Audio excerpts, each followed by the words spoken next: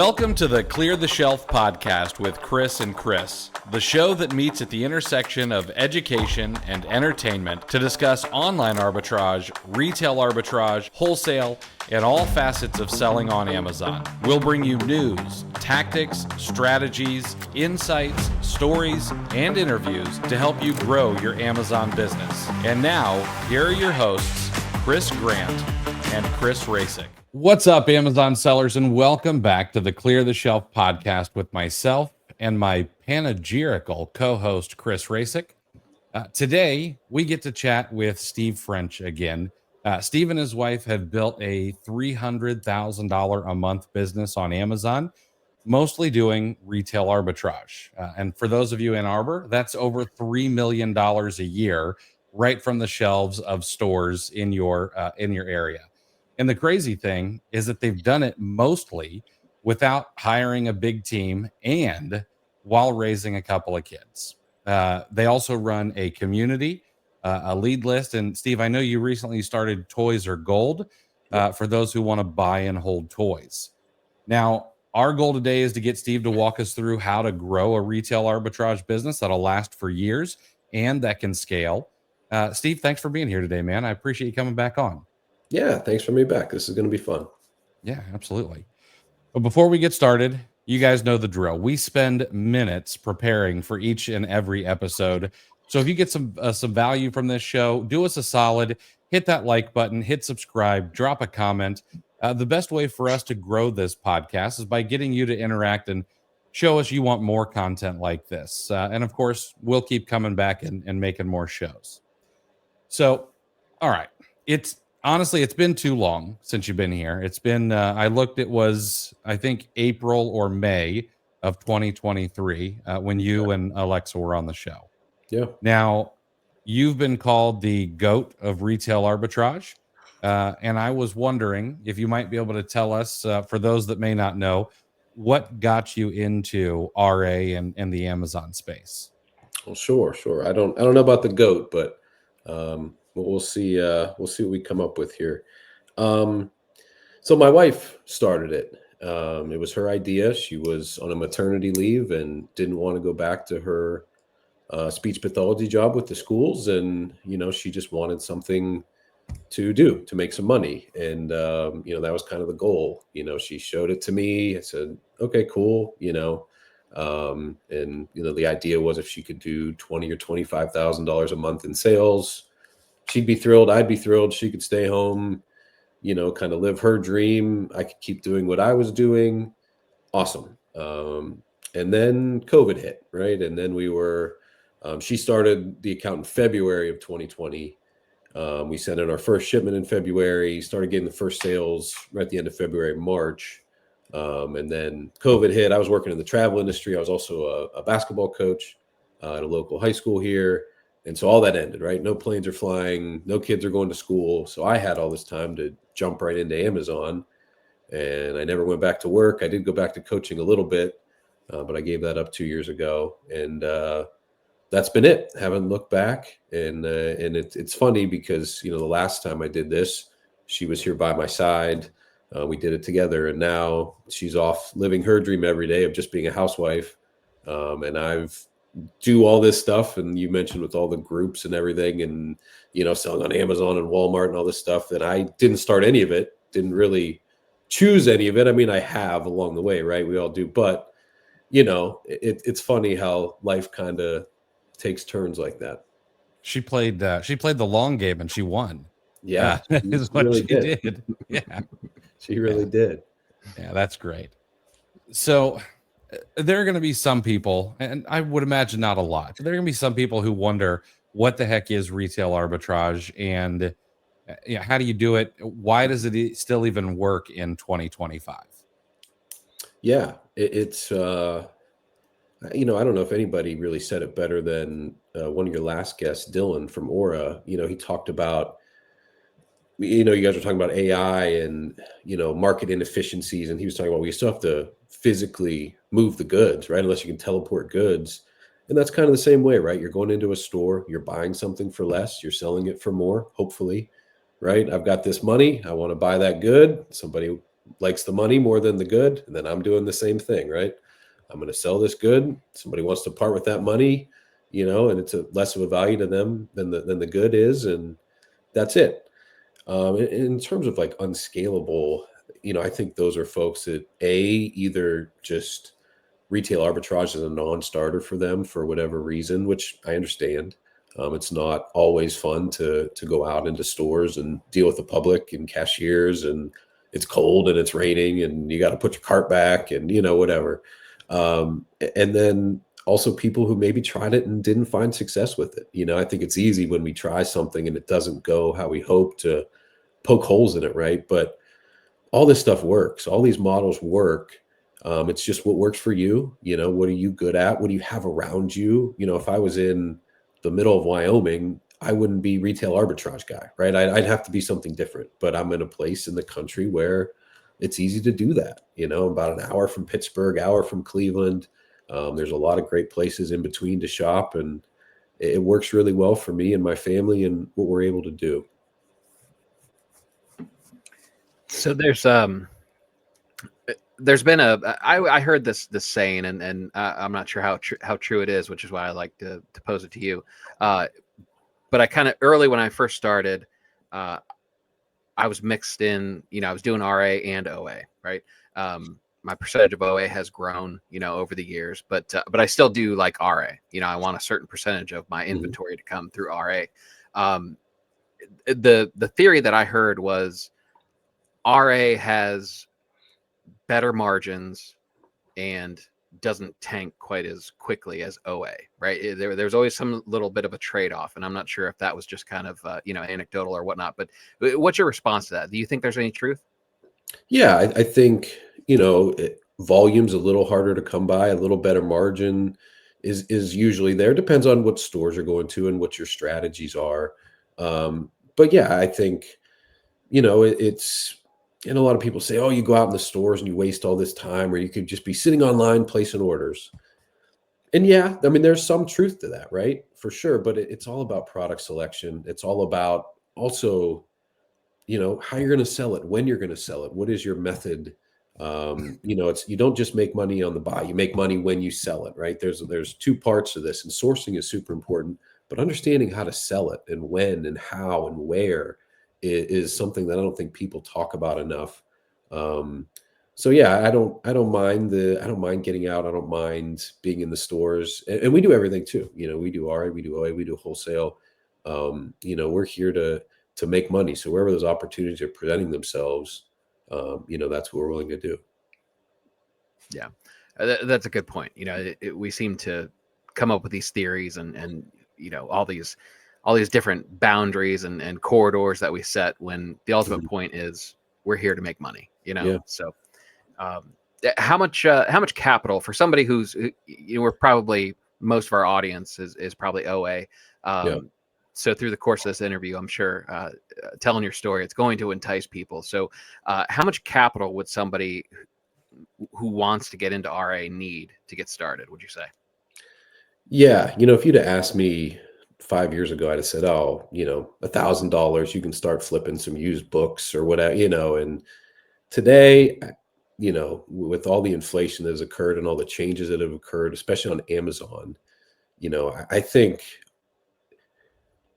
well, let me make a more broad point. I think making just like side hustle money on Amazon is a lot harder. I think it's a lot harder than it used to be. I think it's great for a lot of people. It's great to make side hustle money, but it's a little tougher than it used to be with a lot of the restrictions and things like that. So, I mean, I would say for sure $2,500 just to be comfortable, just to get, take the pressure off of, having to really get it right at the beginning. Buy a little bit of inventory. And if someone's out there looking to start, don't go crazy. Don't go buy, 200 units of the same thing and think it's like a home run. Buy a couple, buy 2, buy 4, go wide. Don't go super deep on anything and just try it. Get used to the platform, get used to the process, learn how to read Keepa charts, invest a little bit of time in yourself and in the business, but don't go crazy buying a ton of inventory. But you're going to need some software. You're going to need to be able to keep track of stuff in your books, and you want to treat this like a legitimate business because it is, and you need to have the respect for it that it deserves. So I'd say in that 2,000 to 2,500 range, you can get started if you're going to hustle and turn stuff over quick. But that doesn't mean you're going to take like you're not going to replace your salary at your job in a week or anything, right? It's going to take, we were fortunate. We didn't have to take anything out of the business for the first 7 months. So we were able to just continue to snowball profits in there. And that really helped us to have a nice kind of nest egg to grow with beyond that. That's not too bad though, being able to replace an income in 7 months. And I know it's gotten harder since COVID, but still, that's awesome.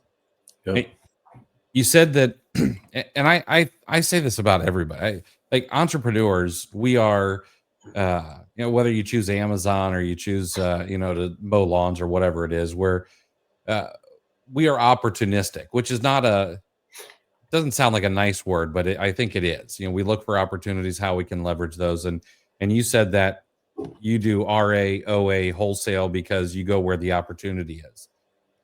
You mind kind of breaking it down how much of each you think you're doing right now? Yeah. So great question. Right now in 2025, I'm probably, and I don't do a great job of tracking this. I'd say about 35% RA,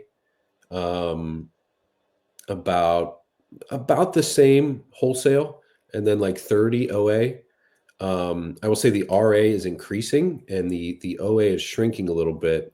And the reason why is, I've recently, it's been almost a month. I hired my first employee ever.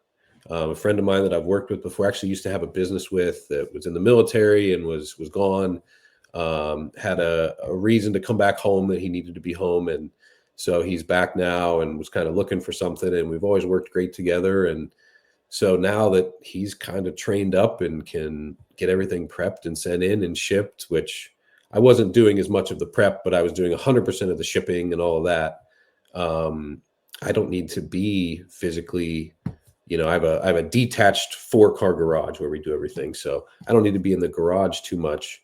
So I'm able to go out and, do RA like 4 or 5 days a week, which I haven't been able to do at that level for, maybe 16 months or so. And at the beginning we were 100% RA. So the fact that I'm able to get out and do this much RA again is really nice. And it's able to balance out a lot more.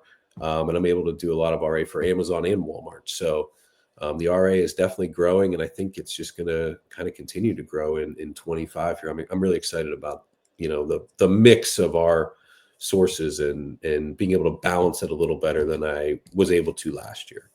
Yeah, that's awesome. Yeah, I was going to say, you said it already, but I was going to say, it sounds like there's a little tinge of excitement there, being able to kind of get back out in the streets. Yeah, it is nice. It's with just a lack of time, with kind of everything I have going on and family and groups and lists and everything. It's like, how much time do I really have to go out and just source RA for profit? Like how I would like to. And, I'm back to that again, which is exciting for me because it's doing well. And especially with being able to do it for both platforms at the same time, you can really kind of increase your output a little more, which is something I wasn't doing, a few years ago. And I was doing a ton of RA like I'm doing now. And it's nice to have that option. If I can take a little detour for a moment, you said you're doing retail arbitrage for both platforms, Amazon and Walmart. Yep. What goes into the decision to say this product is Amazon, this one is Walmart, or this percentage of this buy is Amazon and this percentage of this buy is Walmart? Yeah.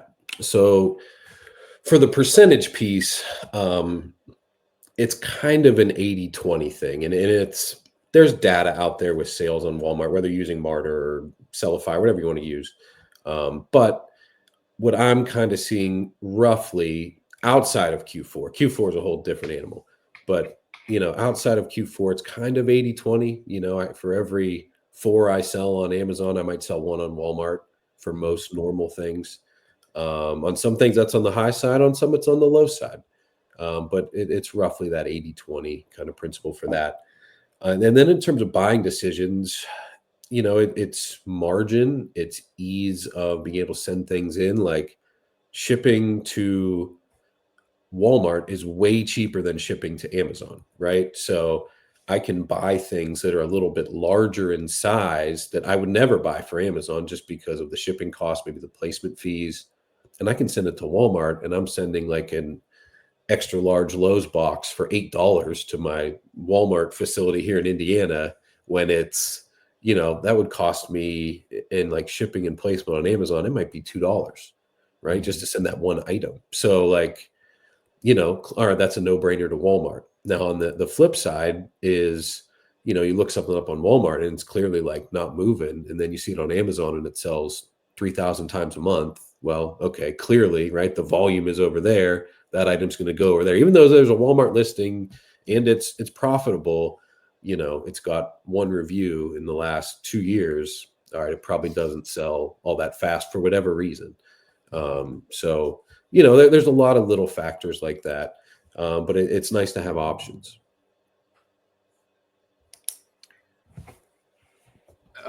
So I want to talk about, I want to dig into scaling a little bit, because at least in theory, we mentioned the arguments that OA versus RA, in theory, the OA people kind of have a point.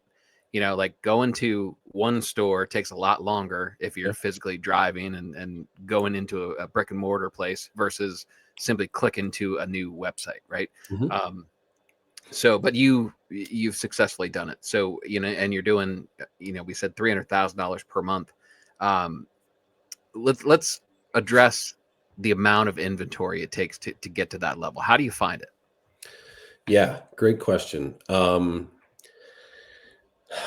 ways. One, I think having relationships is important. And I think people are always so afraid to like, not even give stuff away, but just like be open and honest with people and have conversations. And, I've given stuff away or leads or, hey, do you know about this sale or what? And sure, you could probably trace back to where that's cost me in theory money, but those conversations and those relationships have brought me 50-fold what I've given away just with, talking to people, knowing people. People will just message me, hey, did you see this? Did you see that? Did you hear about this guy? You ever talk to him? And you just start to form these relationships. And I think so many people are so unwilling to like let go of these little nuggets that they have, and nothing's secret. Nobody's, we're all just doing this and trying to get a better buy cost than the next guy. And, I think collaboration can help a lot. And then I think the second thing is just product knowledge. I think one of the ways Amazon has gotten a lot harder, right? And we started in early 2020 where you could sell anything. I mean, every day was Black Friday there in early COVID. Like you could go to the store, here's some mac and cheese. Here, I just 2x'd my money. Like it was silly, right? Now it's not that. And you need to have product knowledge, brand knowledge, category knowledge, something, and that's kind of, we mentioned the toy thing. I've sold toys online since 2003 in one form or another, back to when I was a sophomore in high school. So, I have a lot of toy knowledge from like 80s toys and stuff like that, early 90s toys that I've flipped for years. And so that's really helped me to spring into, knowing a lot about toys today. And I've got, all these kids and another on the way, and they watch cartoons, and, you have these streaming platforms where these shows never die.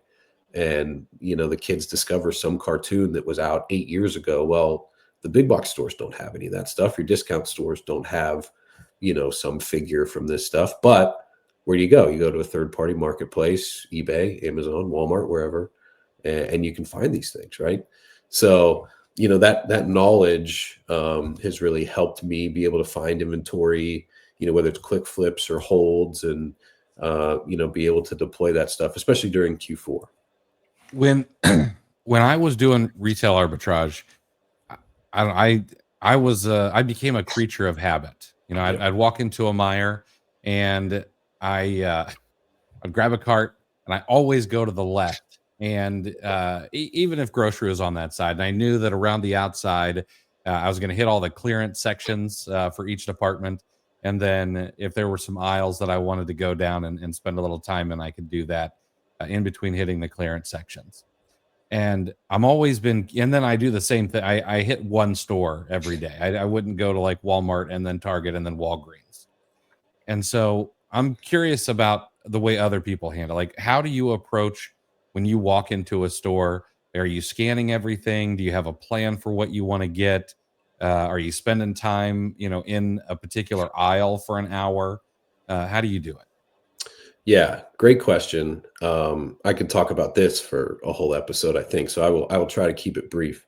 It depends on what I'm doing, right? It depends on. So I kind of have a couple different ways I RA. One, I'm chasing something. I'm chasing a sale. I'm chasing some sort of product. I'm going to the same thing over and over and over, right? Big Lots is closing. There's a ton of Big Lots in Ohio. It's headquartered here. They had an extra 10% off the last 4 days. I went to a bunch of Big Lots and I went to some other stores in between. But I kind of have my plan for how I'm doing that, right? And then there's sourcing where it's like, I'm not chasing a sale. I'm just going in and doing regular RA. So for regular RA, and this kind of flies against what I think a lot of people say, and I really have always done this, and a friend of mine, his name's Daniel Bach. He's a big outlet shopper. He's in Illinois. He talks about this. He says it a lot more eloquently than I do, or I will here. But he goes to the highest discounted stuff first, right? So if he's in Walmart, he's going to the clearance aisle. If he's at a Nike outlet, he's going to, maybe the clearance rounds, right, with all the stuff on them. And he's looking then at the highest discount, like highest net discount, right? So if there's a bunch of shoes, right, and these shoes are $200 retail, and then there's shoes that are $60 retail, he's going to look at the $200 shoes first, because if everything's 30% off that day, right, he's got a better chance of hitting on those $200 shoes than he does on the $60 shoes, based on how all the fees are on Amazon per unit and everything like that.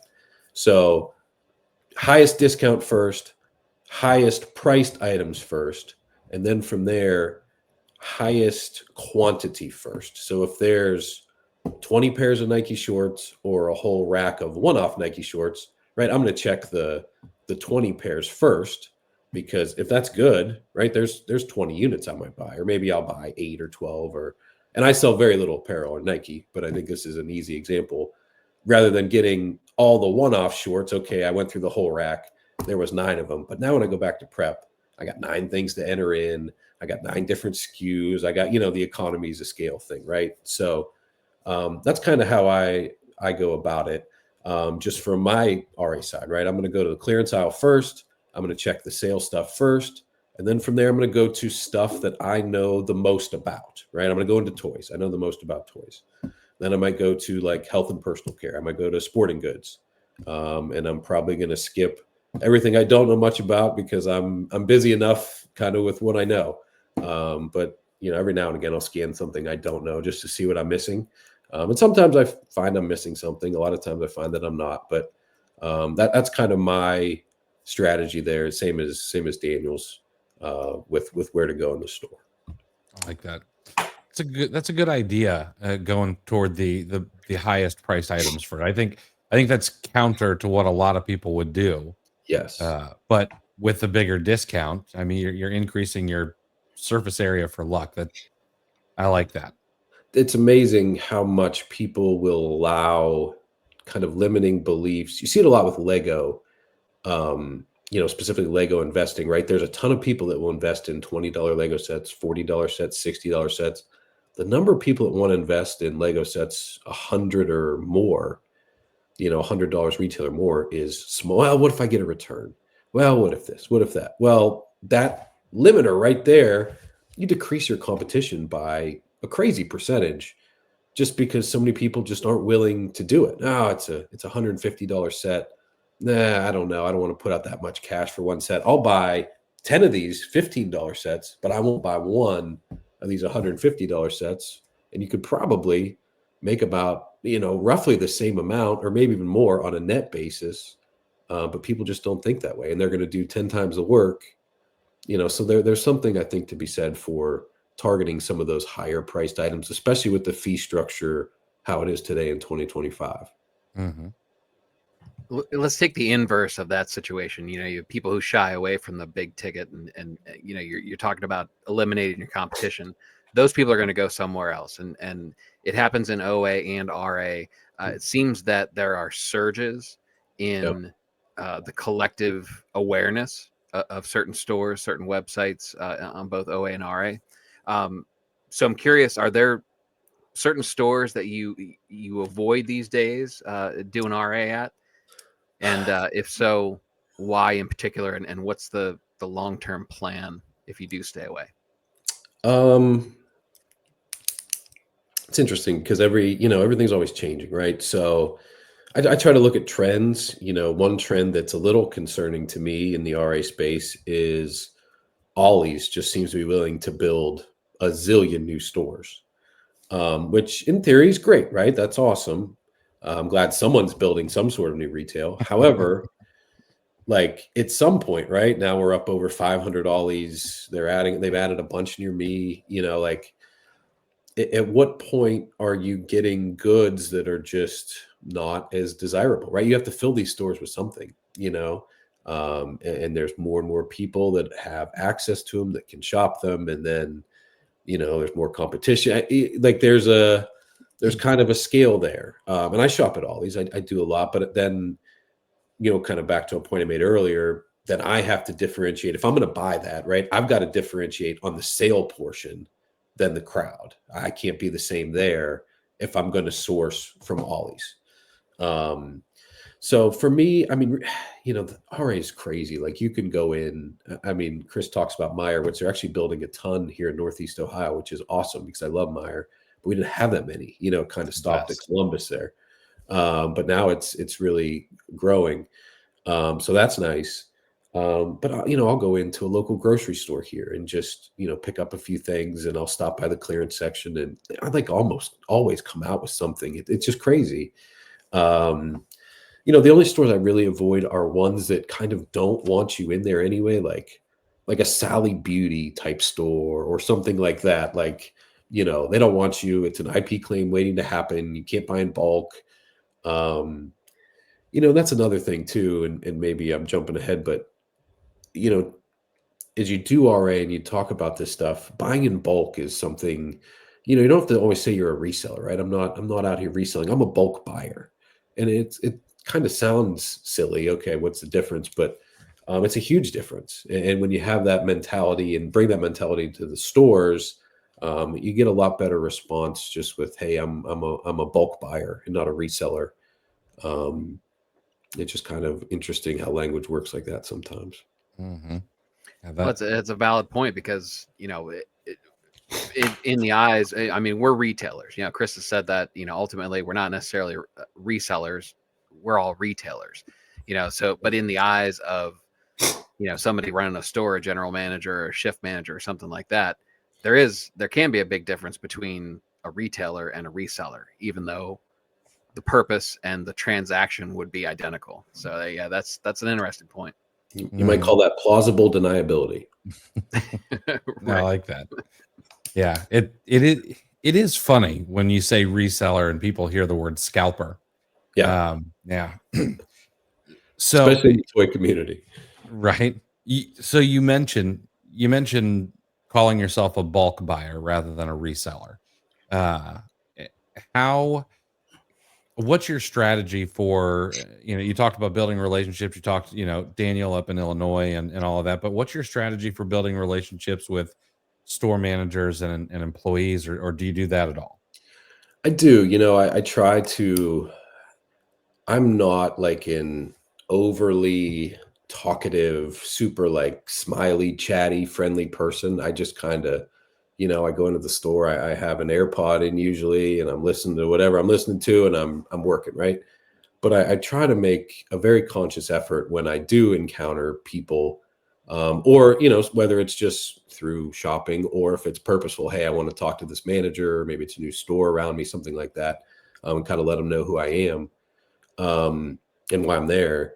But, you know, like a very good example, this was pretty recent, and not too far away from Chris, and it was at a Meyer, ironically. It was a new one that I hadn't been to yet. It opened a few months back, maybe more than that, maybe 4 months ago. But I went there, and, you know, you got to fill out a little resale form every time there. And so I asked for the form, I fill it out, and immediately there was this look like, oh, reseller. Okay. And I just kind of said, oh, not a big fan. And she goes, now we have this lady, and she always comes in and buys things, and she returns everything. Yesterday, she returned 11 crock pots. And I said, oh no, I said, I just buy the stuff. Like I'm a buyer.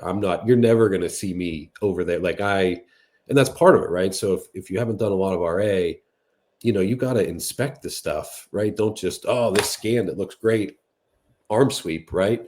We want to clear the shelf, but we also want to look, right? We want to, okay, are all the parts there? Is it broken? Is the plastic cracked? Is it damaged? Is this the right thing? You know, and unless it's some sort of like OA error where I've received the wrong item or something, like I don't return anything, because it's just, you know, I've already looked at it. So, you know, check expiration dates. Don't be a pain for these employees, right? They should be happy you're there. You're there to buy. You're there to, right? They want to sell stuff. That's their job, is to sell. And my job's to buy. So we should be like friends. It should always be awesome between us, right? You want to sell, I want to buy. Great. Our values and our goals here are aligned. And so kind of when people don't do that, right? I think that's where some of the relationships can get a little sticky. But just, you know, you don't have to be totally honest about what you're doing. Hey, I sell $3 million a year on Amazon, and I'm this, and no, that's not, I'm here to buy stuff. You're just here to work your job and do your job. And I'll say that too. Like, yeah, we distribute stuff. This is my job. I say that all the time in stores. This is my job. And once you say that, it just kind of like, oh, I'm just doing my job too. You know, we're just all getting through life one day at a time. So I think just being humble and relatable and normal goes a long way with, you know, store employees. Yeah, I agree. So you run a couple different groups, you know, so I'm guessing that people come to you, lesser experienced sellers come to you for advice. So can you share some common mistakes that new RA sellers make? Yeah, I think the biggest mistake for new sellers is assuming that it's not going to suck for a while, right? You know, I know, Chris, you've always talked about embracing the suck. Yeah, like it's not, you've never done this, right? So if you go start a new job that you've never done, your first day, you're not going to be a master, right? It takes time. You got to scan and scan and scan and scan and scan and talk to people and learn and watch videos. And, you know, even some of the, you know, I'm not a big fan of like the source with me videos and that stuff, but you can at least watch those and get some ideas of what are people picking up and why. And not saying, you know, that those leads are good today. Maybe they were good 6 months ago, but you start to like form these patterns. I think people give up so easily now. We're such a like instant gratification kind of thing. Most people I find that struggle, you know, early on with RA, either A, they didn't really want to do it in the first place, or B, they just didn't give it enough time, you know, or they're in a really bad area. Like all people say, like, you know, hey, what stores you got around you? Well, we got one Dollar General. There's a Walmart. It's about 50 miles away. And, you know, and you're like, okay, well, this probably isn't going to work, right? Like, unless you're going to just live on the road, this isn't a thing for you. But if you got stores around you, go in, embrace the suck, scan stuff. And just because something like doesn't quite hit your criteria, that doesn't mean you just stop. Okay, what items are similar to this item that's very close? Is there stuff from the same brand? Is there, you know, maybe I'm scanning golf balls. Well, let me look at the other golf balls. And then you start to like build upon these little wins And eventually you find something that's pretty good. And then you find 10 things. And then you've found so many things you don't have enough time to possibly go out and do it all. But it just, you just have to stick with it. You know, it's going to take months really to be good at all. Mm-hmm. You've mentioned something that I find I'm not good at, and I don't know why, because I understand it intellectually, but then acting on it is not so easy for me. And you talk about buying and holding products. Yeah. What goes into the decision-making process of, I mean, essentially, what we source right now, you're looking for, okay, I can see what this has done. It looks profitable right now. I expect this to be profitable by the time I get it to Amazon. That all makes sense. Yeah. How are you looking into the future and figuring out, all right, this should go up 20, 40, 50%, and then I'm going to sell it in 6 months or a year, or I'm going to hold this till Q4? Yeah. So I think just in general on Amazon, there's three things that are super important: either knowledge, capital, and time, right? And you got to have at least two of the three to be able to be good, right? With buying and holding, right, the two things that really stick out are capital, right? I've got some money to invest in some of this stuff, and I have some knowledge, something that's telling me, hey, down the line, this thing, you know, could be good. So it's kind of like, you know, in a way, it's like knowing, not so much knowing what people want before they want it, but just knowing that there's going to be something to continue to drive the value upward in the future. Whether that be, you know, some sort of IP with a show, whether that is some sort of discontinued product, a shampoo, a soap, a lotion, a face cream, something like that, that, you know, I mean, go on eBay and just search, you know, discontinued shampoo and see the crazy sold listings for shampoos you've never heard of in your life that, you know, some lady in Naples paid $150 a bottle for, right? You know, so then once you start to learn that and you start to see opportunities, you know, I mentioned Ollie's earlier. There's a lot of really great things Ollie's puts out that you would scan and go, well, I'd never buy that, right? But if you have the knowledge and the experience and the foresight, you know, maybe that's going to be a great product in 6 months or 9 months or a year. And then from there, it's, you know, I mean, it's kind of a math problem. Does this make sense for me and my business? Do I have the capital to do this? You know, what's the most, you know, scarce thing?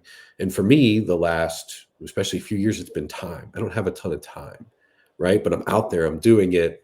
So, okay, there's this action figure at Ollie's, and it's going to tank. It's going to go from 12 sellers to 80 sellers, and the profit is going to be squeezed to literal zero. But once those 80 sellers sell out and we're already at the discount level, right? We're at the last line of retail here. This thing's done. I've looked it up. Nobody has it wholesale. It's not really available online anywhere else. I can buy these. I can stick them in my garage. I can forget about them for 6 months, and I can see what they look like. Or I know Q4 is going to wipe everybody out. I can send it in, you know, around Thanksgiving, and after Christmas, January, I'll clean up, right? So, and while that does kind of, it isn't always pretty on, you know, for cash flow, the higher return, you know, it's like that hamster wheel, right? Like buying and holding is really hard at first because, you know, you're not selling anything, right? There's just holding. There's no selling. But once you get into that rhythm of, okay, I've moved this stuff out, I've sold it, and now I have these new holds taking its place, and that wheel is balanced and turning, you know, and you're getting rid of old age product at a great price, and you're bringing in some of this new stuff. It's a good way to, you know, buy some things when you're out and get a little more value for every hour you're putting in, and, you know, not necessarily having to sell it all right away. Mm-hmm. You mentioned, say Ollie's, for example. You're not seeing it any you're not seeing it in any wholesalers, you're not seeing it in any other online retailers. Is Yeah. that research you're doing in the moment, or are you writing this down and taking it home and doing some deep research before you go and, wipe out an Ollie's or two? Mostly in the moment, I mean, our phones it's amazing. We're walking around with these, computers in our pockets. You can look up anything, right? So a lot of it's in the moment. A lot of it is, just knowledge and intuition and doing this for this long with this many reps, right? But yeah, a lot of it's just, okay, I like this. This fits the bill, right? Fits the eye, makes sense in my brain. Now is the data there to support my gut? And then if it's there, go with it. Nice. And it also just doesn't even have to be, we're early in Q1 right now. There's a ton of RA clearance. Everybody's liquidating whatever leftover, holiday stock they have and things like that. It can also just be as simple as looking at a Keepa chart and saying, okay, this product was selling for X when there were so many sellers. Now the sellers have quadrupled and the product's selling for Y. I could buy this, stick it away, and, so maybe it's not something that expires or whatever, but in 4, 6, 8 months, it's probably going to be back to a normal looking Keepa chart. And it was super cheap and I can afford it, right? I can pick up these things today and not have to leave them just because it's not profitable right now. And so I think it's nice to kind of play a different game than others with that buy and hold strategy. Do you have a favorite hold ever? So the sad thing is, like, I am also really bad at holding things. It is not like I want to keep things moving. I think, some of my favorites would be like Lego sets. Like there was a set, it retired last year, so it did not retire this year. So that's the thing with holds. It's very reflective because it's like you're always so far back in the past from the buy. But there was a Lego set from Target. It was the Birds of Prey set. And it was kind of exactly what we talked about earlier. It's a more expensive set. I think it was an $80 or $90 retail set. And it was just one of those like botanical type display sets. It's a Target exclusive.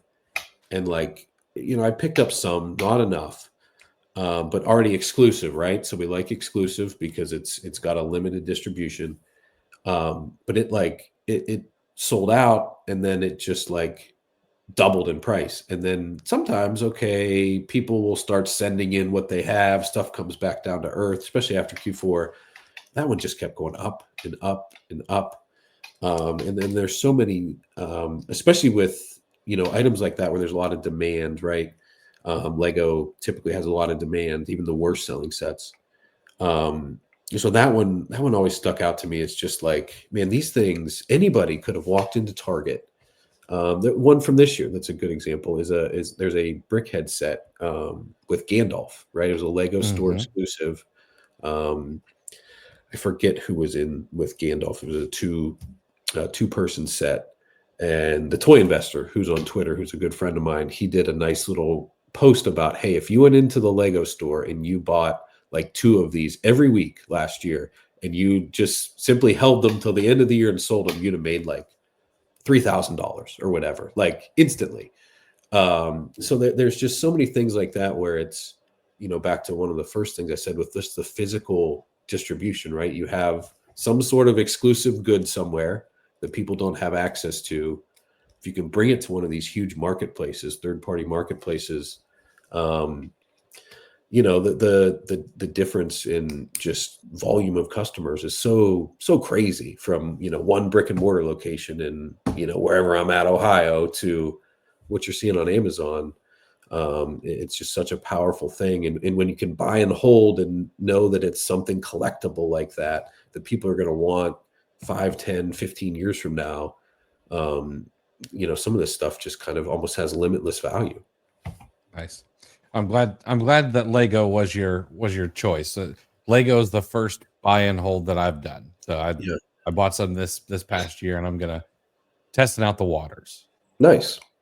Yeah, it's a good one to get started with because it's relatively safe, and it's the retirement schedule and list is very reliable. It's probably about 95% correct. Even though it's all speculation, it's very correct. So that's always a good one for people to get started with. So that's awesome. Yeah, when you say the phrase buy and hold, I think most people would go to Lego first in their minds. But I want to kind of double down and maybe expand the idea of buy and hold. And you've kind of mentioned here and there, but you kind of go to Legos first, and then you think toys in general. But you also mentioned the shampoo, and whatnot. So and then you even mentioned time of year. Sometimes a buy and hold is hold it through Q4 and wait until afterwards. So can you kind of broaden our horizons on the types of products and characteristics of the best hold items or hold candidates, prospects? Yes. So, I mean, right, we're not gonna buy and hold cornflakes, right? Cornflakes sell really fast. They're in every grocery store. You can find them in a gas station, probably. It's been around forever, but that's not something we're gonna buy and hold that people are gonna go, oh my gosh, if I only had this, stale box of cornflakes, my collection would be complete, right? So you're looking for something that is, the life cycle is going to be limited in some way, whether that's some sort of beauty product, if you're walking in and always a hairspray or something like that, these companies reformulate stuff all the time. They change stuff, and you get people that, well, I like the old way. I like the old formulation. I like this. I don't like the new one. And people will pay. Same for, collectibles. And you don't even have to look, the Super Bowl was last night. Look at some of the ads, look at some of the movies, right? That Stitch ad was great. There's a movie coming out. That's going to be a tremendous catalyst for people that have some Stitch stuff, have been buying Stitch items. How to Train Your Dragon. That was another commercial last night. Those How to Train Your Dragon items, if you flipped any of those, a few years back, those were tremendous flips. And now you're going to have another movie. Looks great. Could the same thing happen again? Yeah, probably. Any of these big movies that come out that are catalysts, whether it's Spider-Man or Sonic, has done fantastic. That came out, this past Christmas season. So part of it is, knowing what people want before they want it, with catalysts like a movie or a show or things like that. And then the other part is just, is there some sort of collector base? Is there some sort of group or club or meeting or show where people get together and buy this stuff, whether it's, toys or action figures or sports cards or Hallmark ornaments or, whatever it might be? Is this thing collectible in some way? If it's not, it's probably, you can catch things that are discontinued, but a glass Pyrex dish, right? They're going to just keep making more, and they're still going to be round and they're still clear. And why is this one 3x of regular retail when there's one that looks just the same on the shelf, right? But if I've got this Spider-Man figure and this is the only one with this head sculpt and this is the one I want to put on my shelf, well, there you go. Somebody's going to pay, 3 or 4 times retail for that because it's worth it to them, because that's what they want to collect. So it's got to be collectible or, discontinued in some way where people are going to continue to want that very specific item. Thank you for listening to the Clear the Shelf podcast. My magnanimous co-host Chris Racic has put together a gift for you for being a listener. It's called the Monthly Goal Tracking Spreadsheet, and it's free. The spreadsheet will help you break down and track how much you've purchased, which should be a leading indicator of how much you will sell, and then you'll be able to track how much you've sold as well as your estimated monthly profit on a daily basis. This will all feed into the daily averages so you can ensure that you're on track to meet your goals each and every month. Grab it for free today over at cleartheshelf.com/goal-tracking. Thanks again for being a listener. Now back to the show. Yeah, that's good. Some of my favorite flips come from my death pile. The times where I actually, get off my butt and it's like, all right, I got to clear some of this out. You find some gems in there because it turns out there was something from Ollie's that it was like $1.99, some sort of hair conditioner and $1.99 at Ollie's at the time, minus, before discount. It was selling for almost $20 a bottle on eBay in a matter of, a year and a half later. So I think it's really interesting. quick, two super important things, because that is an awesome point. I think where people fail a little bit is what you said is perfect, but then like if you're out there, be curious and take it a step further, right? Okay, can I figure out why that item did appreciate like that? Can I go to the website, or can I message them and see, hey, was this discontinued? What items can I find like that out there now? Be curious about it, and just kind of see if once you start figuring out the why of what you're describing, right? It's awesome. So I paid $2 for this. It was in my death pile. I forgot about it. Now it's selling for 25 bucks on eBay. Sweet. I'm going to take the win. There's like a much, much, much bigger win, like pot of gold at the end of the rainbow, if you start to go down those rabbit trails of like, okay, well, why did this happen though? Like, can I figure it out? And once you start figuring it out, that's when you can predict those things before they happen and start to scale that. And now you've got a whole business built on, and it's not perfect. You don't always get them right. I've certainly had some big losses with buy and hold, but a lot of great wins too. Yeah, that's a great point, because that particular item that I talked about at the time, every Ollie's that I went to had 50 of them or more. Yeah. So if I'd done a little bit of extra research, that it could have been a much, much bigger win, as it turned out, because all at the time on Amazon, it wasn't going for very much money. So any resellers that were coming across it were walking around on buy. So yeah, that's a great point. Yeah. And just a disclaimer too, a hold that was a favorite of mine, Neutrogena T-Gel shampoo, right? Did a ton of that late in 23, early 24.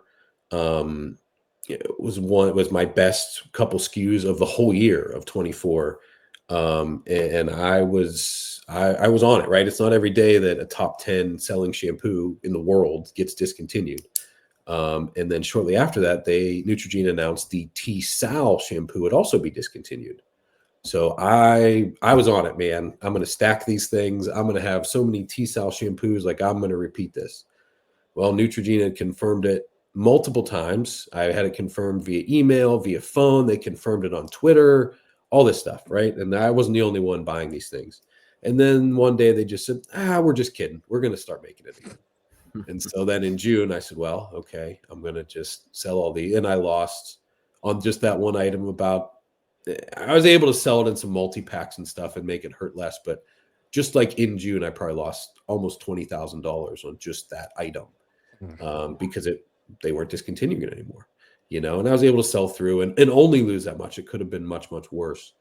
But that's part of it too. It's not perfect. So just because even a company that says, hey, this is discontinued, it's not 100%. They change their mind. So you never know.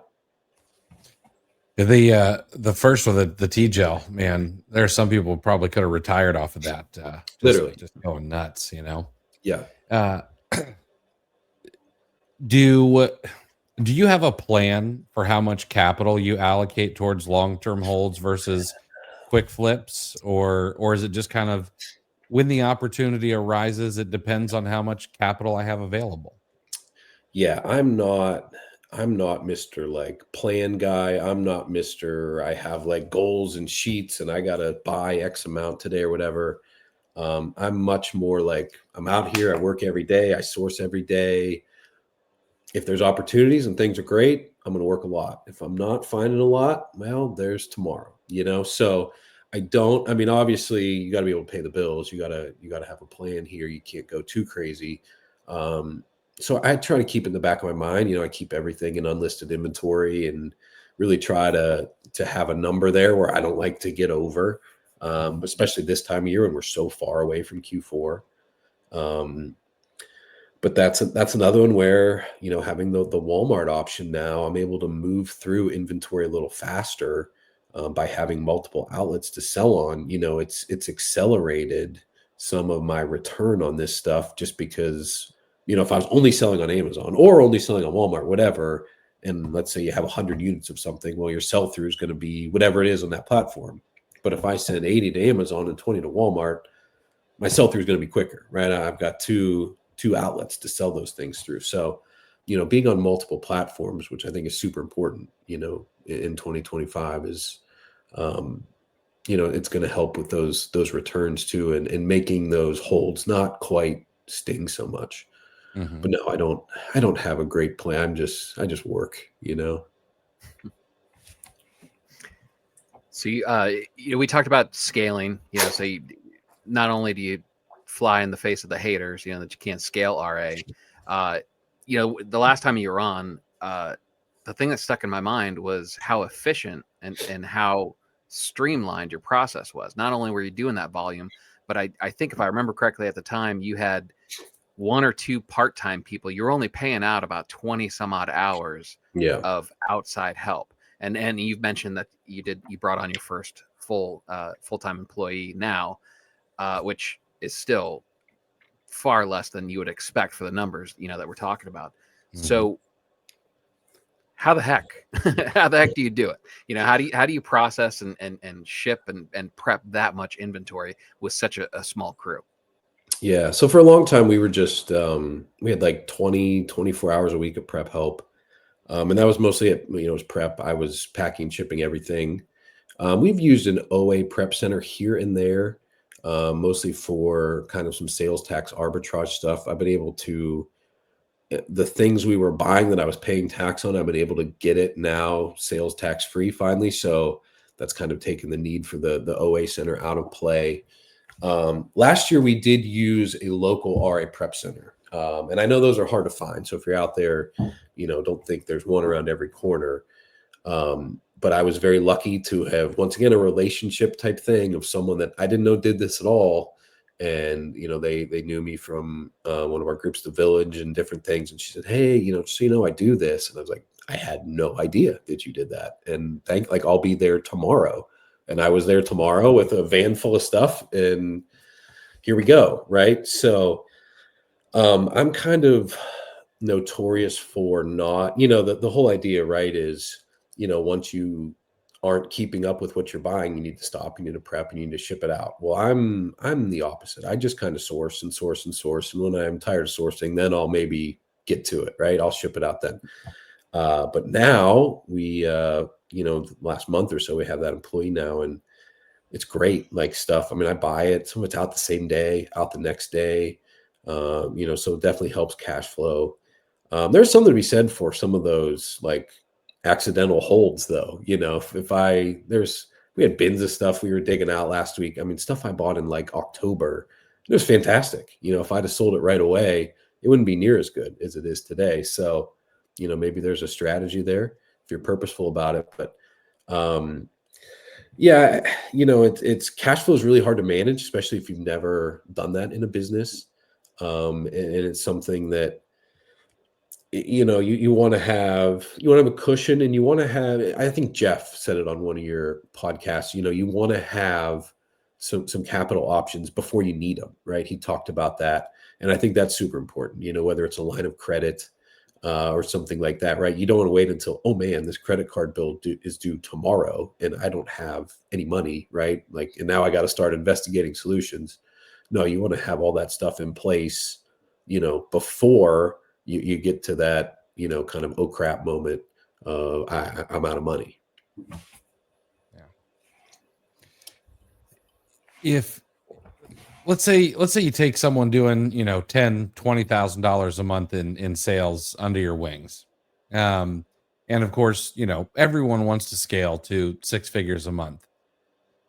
If you could give them maybe, 2 or 3 things that they should be focusing on to get there, what would you tell them? I'd say first, surround yourself with a small group of people that they don't have to be exactly like you, but I think they need to be like-minded.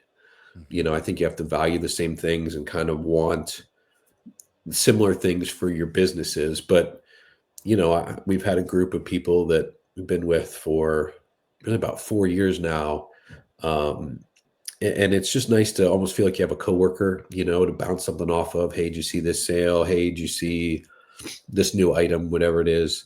So it's, surround yourself with a small group that I think could help you. 2 brains are better than 1, 4 are better than 2, that kind of thing. At some point, right, you don't want to get too big, but small, less than 6 or so, I think is awesome. And then from there, be an expert in something, anything. I don't even, it doesn't matter. You can be an expert in Nike socks. You can be an expert in cornflakes, be an expert in toys. You can be an expert in one brand, 10 brands, this category, but try to get something where you've got an edge over just, well, what's the next hottest thing? I'm going to flip it. What's the next hottest thing? Or I only find stuff in a clearance aisle in this store, and that's really all I do. Well, that's pretty limiting, right? We have to kind of grow beyond that and try to get some sort of knowledge beyond just the superficial. So I think surrounding yourself with a small group and just being, willing to learn about something. I'm gonna jump on and I'm gonna join this Facebook group about Marvel Legends, or I'm gonna get on Reddit and I'm gonna look up what they're saying about this new Lego set, or whatever it is.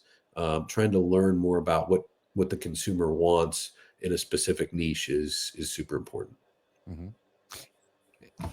And I'm curious, because you've said you're not necessarily the most talkative guy or anything like that.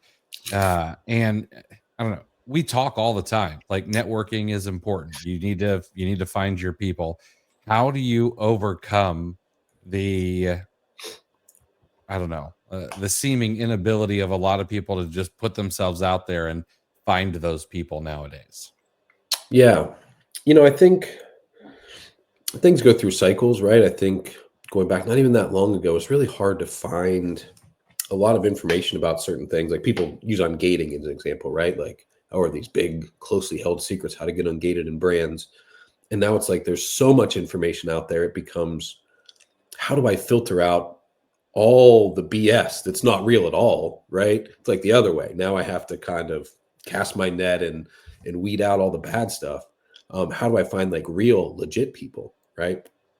So I think, just the more people you talk to, the more people, and it doesn't even have to be, there's people I'll comment on their tweets or whatever. I have no idea who they are, but they had a great month and they're happy and they want to post about it. Hey, good job, man. And then maybe that turns into, they send me a DM. Hey, Steve, I see what you're doing. Awesome. Yeah. Hey, if you ever need anything. And then sometimes it builds into something where whatever, I talked about Daniel. I had him on in one of my groups recently, and I had no idea who he was. He was introduced, a friend of a friend. Hey, this guy showed me how to source the outlets, and he is like awesome. He's like legit, and you'd really like him. So I messaged him. Hey, man, how you doing? Blah blah blah. This person said, this and that, and there we go. And then now here's someone I can go to for stuff like that, where I don't do a ton of shoes. That's not my game. But I've got someone who's an expert in that field that knows way more than me, that if I have a question, I can go, or someone I know, right? If Chris comes to me, hey, do you know anything about this? No, but I can ask someone who I think does, right? And just kind of keep networking and just be helpful, provide value, even if it's small, just provide some value for someone with no expectation of anything in return. I think that's almost like a little superpower in a way. And people see through it when you're transparent, and you're not just selfish with your time and with your knowledge. I think it's really easy to kind of see that. Mm-hmm. Yeah, perfect. It'd be refreshing just to open a DM that wasn't offering to build a landing page for me. So just that alone, you got brownie points for me, right? So you touched on cash flow. And I think we should probably circle back to that and talk about it a little bit more. Retail arbitrage and buy and hold, obviously it's cash intensive. How do you manage your cash flow, and what kind of advice can you offer to do it effectively? Yeah, so the way I manage it is, it's all through me, right? So nothing is outside. I mean, our books are done by a professional. I think that's the first thing, is you have to know your numbers to manage your numbers. And there's so many people, and we're actually having a live coming up about this, like basic, like if I ask the question when I do like coaching calls, whatever, hey, do you use cash accounting or accrual? And they look at you like, and they did, $400,000 on Amazon last year, and they don't know the answer to that. like every seller out there right now should know the answer to that question, right? So I think number one for managing cash flow is making sure you have like complete books that actually tell the whole picture. You have a bookkeeper that understands, online selling and all of that. And then once you have like real accurate numbers, it's just not overextending yourself. There's so many opportunities. There's so many options. I think it's great to have like a checklist for buys, and just whether it's mental or a physical one going through. And it's almost like checking yourself to see there's all these different ways that maybe, right, we scan something or we search something on TA or whatever. Oh, looks great. First glance is great. But then we start to ask ourselves questions, right? Like, is this available anywhere else? Is there a reason this should fail? Am I allowed to sell it? Am I ungated? There's all these questions we go through. And kind of doing that helps me to kind of limit the bad buys. And I think, that's one of my real big sourcing strategies for 2025 is like eliminate the FOMO. You don't need to have FOMO. There's plenty to buy. I find that when I maybe have a little bit of that, I tend to make more poor decisions. But, I check things every day. I'm logging into the bank account every day. I'm looking at the credit cards every day, making sure the transactions are right. Going through returns. Did I get credited for this? Whatever it might be, going through with whether you use a service or do it yourself, all the reimbursements and all of that. I filed a ton of claims this week and actually got an email last night that Amazon admitted they lost 11 units and my reimbursement would be 0. So maybe I'll post that one to Twitter later. That could be fun to see the comments. That was a good one. But just you gotta stay on top of it every single day. You can't just throw your receipts in a bin. You can't just ignore the credit card bill for 60 days. You gotta be in the numbers every day. And if you're checking on all the little things, the bigger picture is going to take care of itself. That's interesting. That's almost you almost transitioned the same theory that I see with eBay sellers. They talk about touching their inventory, and it's kind of a matter of knowing what your inventory is and refreshing listings and stuff like that. That's almost exactly the same concept that you stated with your money. That's interesting.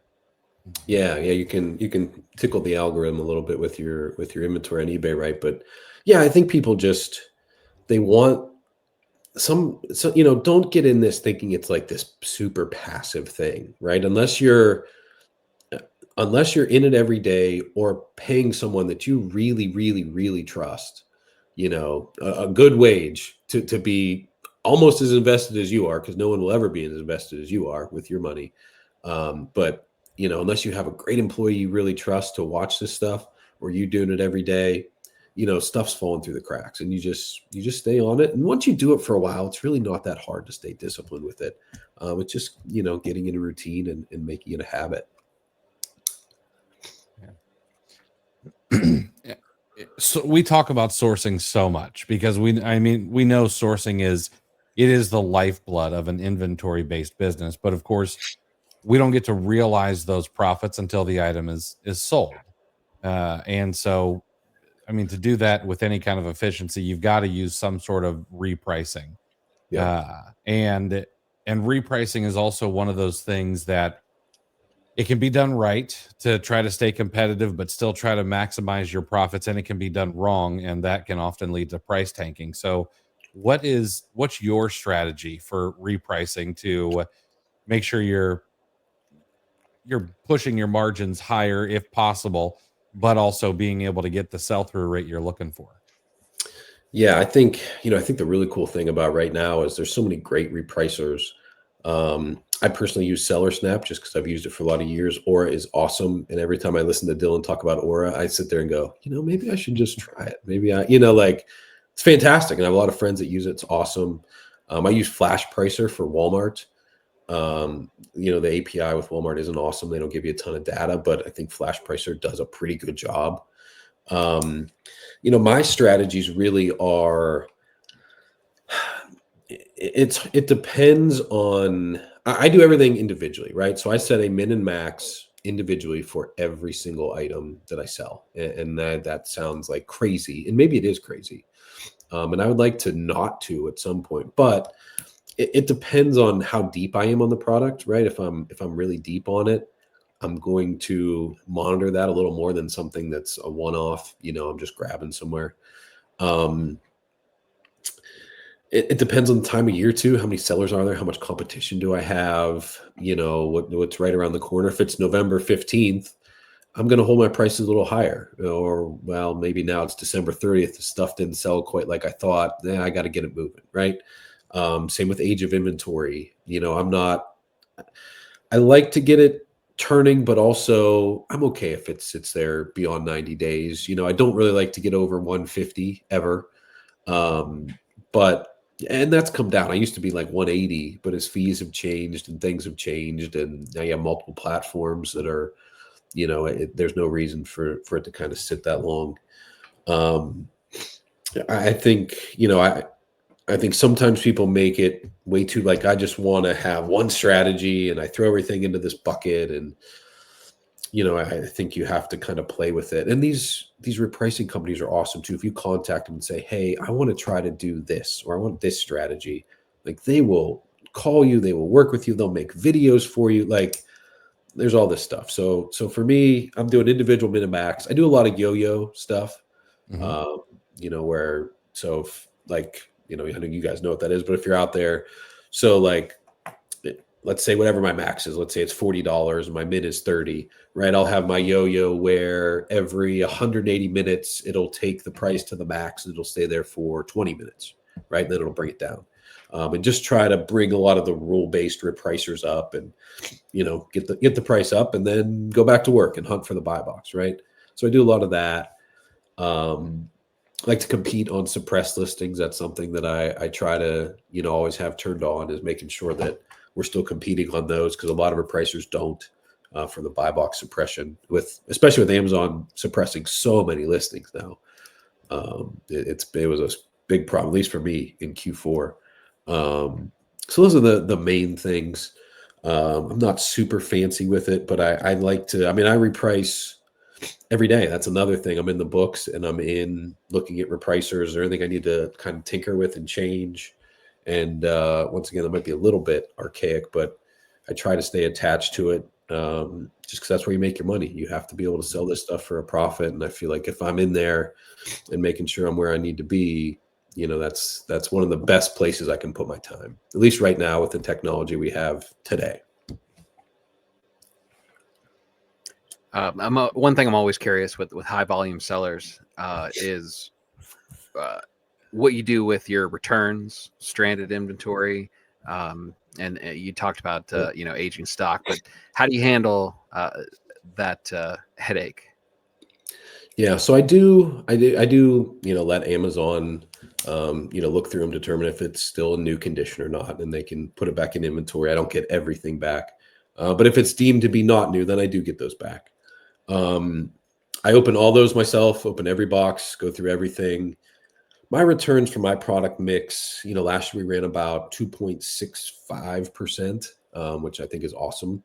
That's a killer return rate. Yeah, I was very happy. It was down actually from 23, and believe it or not, 25 has been down so far from 24 a little bit. So that's been fun. Probably about 1% of those, 1% of the 2.65 is like fraud, like out and out, just swapping figures, accessories, stealing this wrong thing. And so then I'll open cases for those and get reimbursed. And then from there, it's eBay mostly. It's kind of like, if it's like $25 or more, I'll do the eBay thing. If I can put it in some sort of lot, right? If I have something that makes sense to lot up and I can sell 4 or 5 of these for maybe $40, right? I'll do that. If I can get it in some sort of grouping or individually above $25, I'll do it on eBay. For everything that is below that, I actually have a local guy that sells at a flea market here, and he kind of pays me based on the size of the box, right? So if I bring him a real little box, he'll give me $10. If I bring him a bigger box, he might give me $40 or $50. And we kind of have a good relationship, and he sells in flea markets at different places all summer, and I bring a bunch of boxes and he gives me some money, and it works out great. I don't have to have a yard sale or anything like that like we used to do. And he loves the stuff because a lot of it's really good stuff. And I love not having to sink more time into this stuff that, the packaging's busted or whatever. And it's just, there's a minimal return at this point. So yeah, I do it all myself, but it's not, I figured out kind of how to make it not so time intensive. Nice. I've said a couple of times over the past couple of months, I think that 2025 is the year of the retail arbitrage renaissance. Nice. But I'm curious what you think. Like, what do you think? Where do you think RA is heading in 2025 and beyond? Yeah. Well, the first thing is, right, just you look around at all these stores that are closing, these retail stores, right? We mentioned Big Lots. Advance Auto Parts is closing like 800 stores, right? We've got Party City going out of business right now. So there's a free tip. I think the minimum is like 60% right now. So if you like Halloween costumes, you can go crazy because they are stuffed. There's so many opportunities like that don't come around again. Like that store, there's gonna be other party stores or whatever, but like that's over. It's a great opportunity for the right people. So we have to find the inefficiencies, right? In the market saying, hey, we want to do more online and we want to do less, physical buying. It's shifting to more experience type stuff or whatever. So, for me, I can go into these stores and whether it's, picking up clearance stuff that didn't sell or just regular price stuff, I can find these items that maybe aren't available online or aren't readily available online and bring them to Amazon or Walmart. So yeah, I think, there's something to be said for kind of getting back to the basics. I think RA is one of the simpler, if not the simplest, form of sourcing. It's certainly the easiest to get started with, in my opinion. So, as people struggle with the fee increases, I know there was a lot of people just in folks that I talked to that felt like Q4 sales were a little sluggish. Such a crazy, not only just the election year, but we had the hurricanes and then you got the fires and you got this winter where, Florida is getting more snow than New York City and, like all these crazy things. There's been a lot of, just interesting things that I think have kind of hurt sales. The economy's weird, inflation's still crazy. So I don't know. I think there's something said for just getting back to the basics, finding stuff that's profitable, getting in the trenches, so to speak, of your business and just, making money one item at a time, picking it up, putting it in your cart and checking it out and going home. So I hope more people do that. So, one thing I appreciate about you is on social media, you're not afraid to state your opinion. Certainly a good follow. If anybody out there isn't following you yet, they certainly should. And this is probably an oversimplification, and correct me if I'm wrong, but the vibe that I get from following you is you are bullish on Amazon, bearish on how they treat sellers.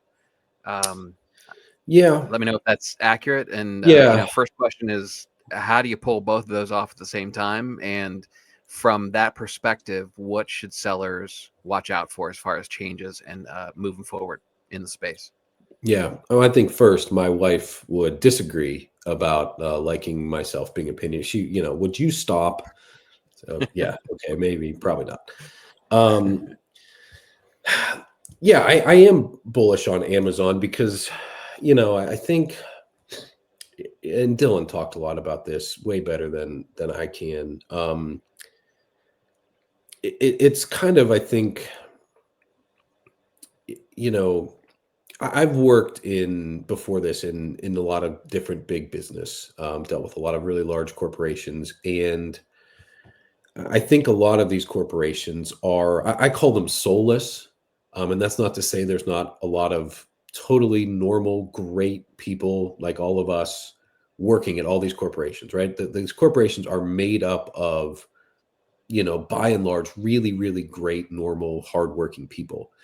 But then you get get them all together in this giant bureaucratic thing, and everybody gets siloed off, and it's really easy for the body of the whole thing to just become this like soulless thing. And Amazon, in a way, kind of feels that way, right? It's like, man, another hit, another. I get that email last night. Yeah, we lost 11 units and your reimbursement 0. Like, oh, great, cool, that's fun.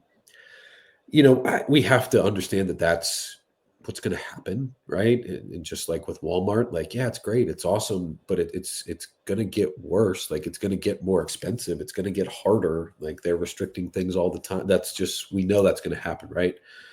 So where I think I'm so bearish is like, it's a great opportunity. And this is nothing against people that want to just do, we talked at the beginning, right?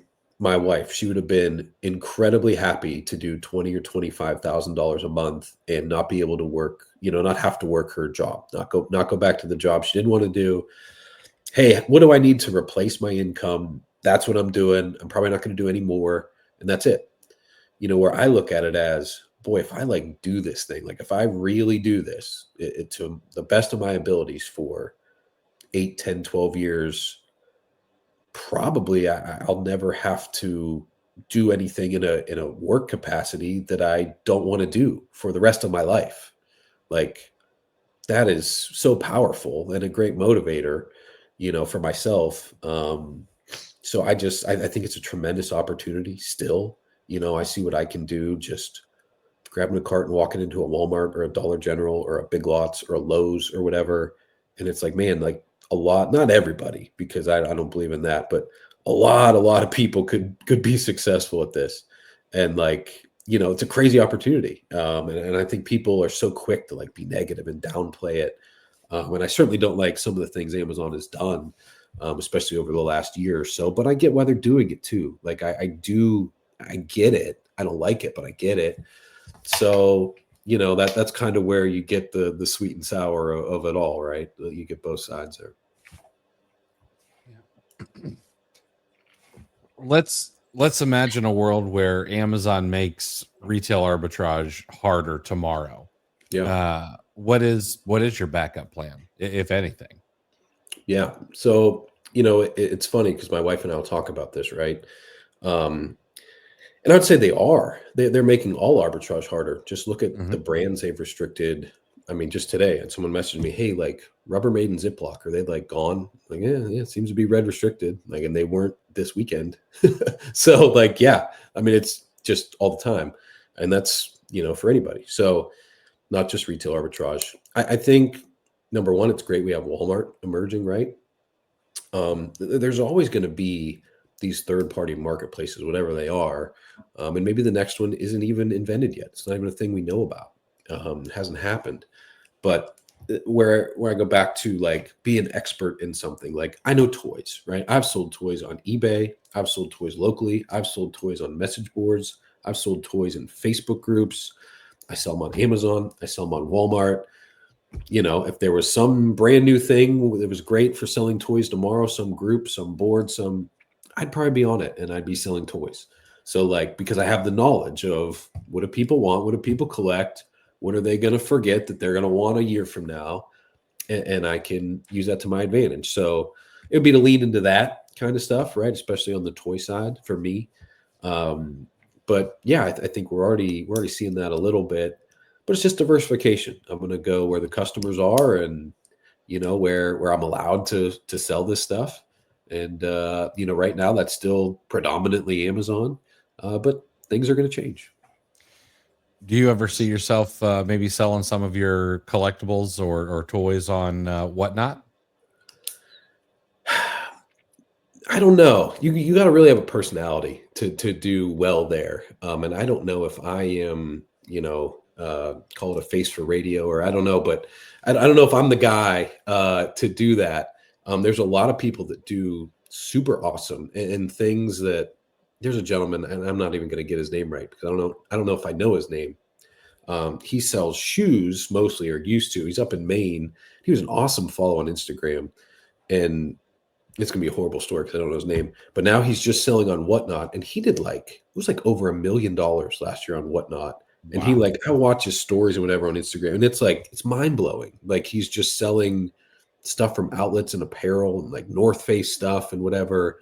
And he has these streams like 3-4 times a week and crushes. I mean, he's clearly got a following, and it's him and his wife, and they've got this house. And I don't know, like it's really, really good. And there's a lot of people in the toy space that have done awesome with it, or the video game space, especially for stuff that's a little more vintage, So I don't know if I'll be doing Whatnot, but I personally know a number of people who are, and they love it. It's awesome. The fee structure is great.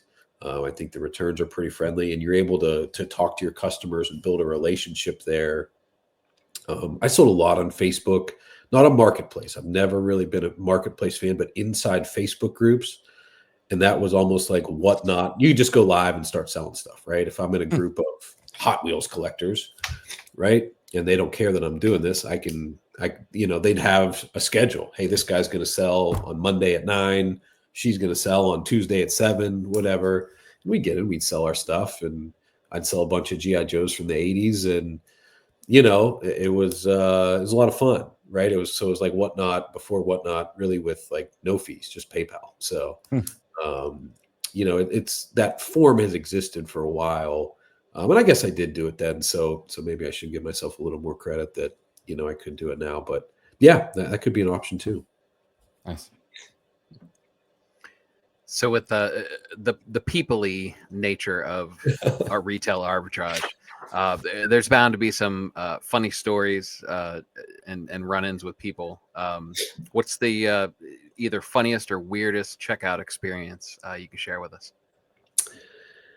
Yeah, I think my favorites are when it's always with the tax exempt forms, and it's always with cashiers that they are detectives, man, and you are not paying your taxes, and you're some scofflaw or whatever, and they caught you. You're not getting this scam past me, and I'm calling my manager, or and then they call the manager. The manager's like, well, of course, you press this button and that button. And we want that. And they're like, what? No, but and you just I don't even get riled up about it anyway. At first I'm like, can you believe this lady? And now it's like, well, it's fun. Like I kind of play along. And so that I think is one that I get frequently. There's a lot of little one-off things, or there was an item I was buying recently. I'm not going to say it because I'd be betraying someone who told me about it, because I didn't come up with it. But it was a plush item, and this cashier couldn't believe, anytime you fill a cart with something, right, in a store, you're going to attract, and I say this with much,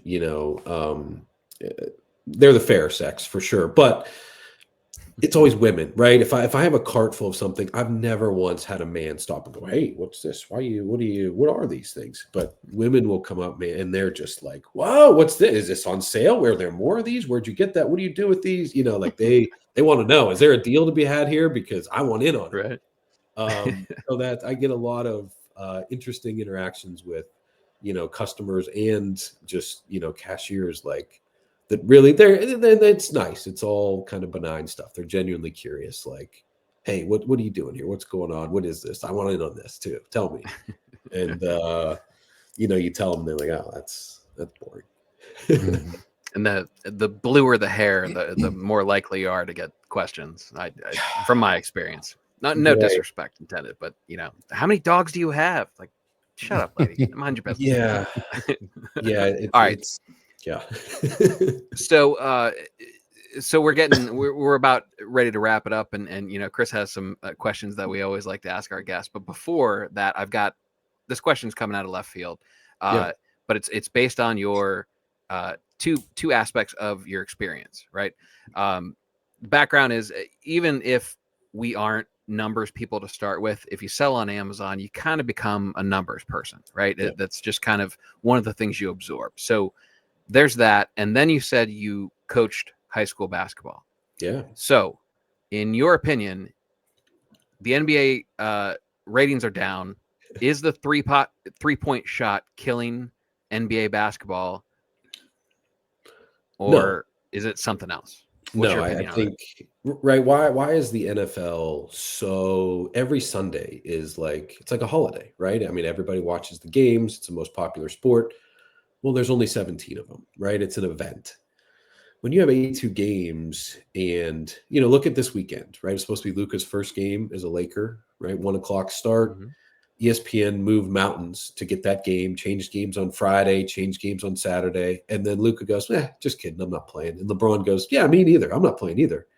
Why should I care? Why should anybody sitting at home care when you guys go, well, yeah, we make 40, 50, 60 million and we're not going to play. We're just going to, we don't care if you and your family paid, $600 for 5 tickets to come here. We're not, you can only do that so many times to people before they go, yeah, next. It's like, it's not 1984 anymore where entertainment is so limited, right? I mean, how many shows, how much streaming, what more do you want? Like everything that's ever existed is out there at the click of a couple buttons. And like, hey, NBA, you're not just competing with, the NHL or whatever in season. You're competing with, season 5 of The Office, someone's going to watch for the 14th Right. time. Like it's a totally different thing in terms of entertainment. And they don't seem to understand that yet. And I don't know, how you get that toothpaste back in the tube of less games, more meaningful games. It's going to hurt in some way. And I don't think they're willing to take any pain yet because they're not, the TV contracts are still massive, right? They're still making more than ever. Revenues are higher than ever. So I don't think they really care that people don't watch as long as the revenue's there, and most of it's from TV now. They don't care, until they're forced to care with the dollars and cents of it all. They're not really going to. I mean, since you've opened up this rabbit trail, okay. First of all, where are you getting 5 tickets to an NBA game for $600? Because sign me up. Yeah, you're right. You're right. Man, it is like a mortgage payment to take my family to a Magic game. Yeah. But which trade do you think has the biggest net positive, if any? Do you think it is it Luka going to the Lakers, or do you think it is do you think it's I forgot his name off the top of my head. He just went to the Warriors. Jimmy Butler. Jimmy Butler, yeah. Yeah, it's interesting, right? You have Jimmy Butler who quit on his team and doesn't want, where I'm just done. I'm not doing this anymore. All on guaranteed contracts. And then you force him into a better situation, really.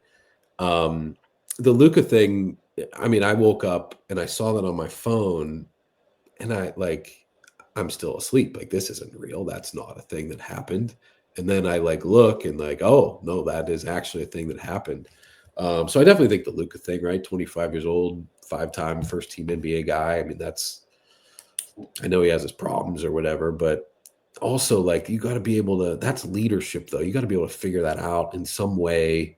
It's going to hurt, monetarily, right? He's not only the contract he can sign with LA is $116 million less than the max he could have got with Dallas. And then you start factoring in the tax differences between Texas, 0%, and the 13-14 of California. He'll lose, it could be $140, $150 million. If he's smart, he'll pull an Ohtani and ask him to pay him at the end of the contract. Yeah. So I think the Luka trade for sure. I mean, AD's already hurt, right? He didn't make it. Right. He didn't make it one game. So that's bizarre to not even shop him. You will never be able to convince me how that was better. But then they had an assistant GM that isn't with the team anymore that came out and said, we decided we were going to trade Luka years ago. Mark Cuban wouldn't let us. So they were out on him 2 years ago. So they wanted to trade him for Tatum, was what the guy said in the interview.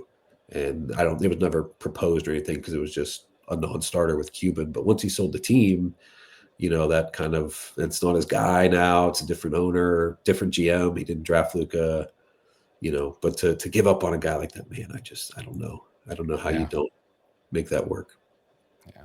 I don't know how you don't get 5 first-round picks at the very Oh my least. goodness. Right. Yeah. You know. Yeah.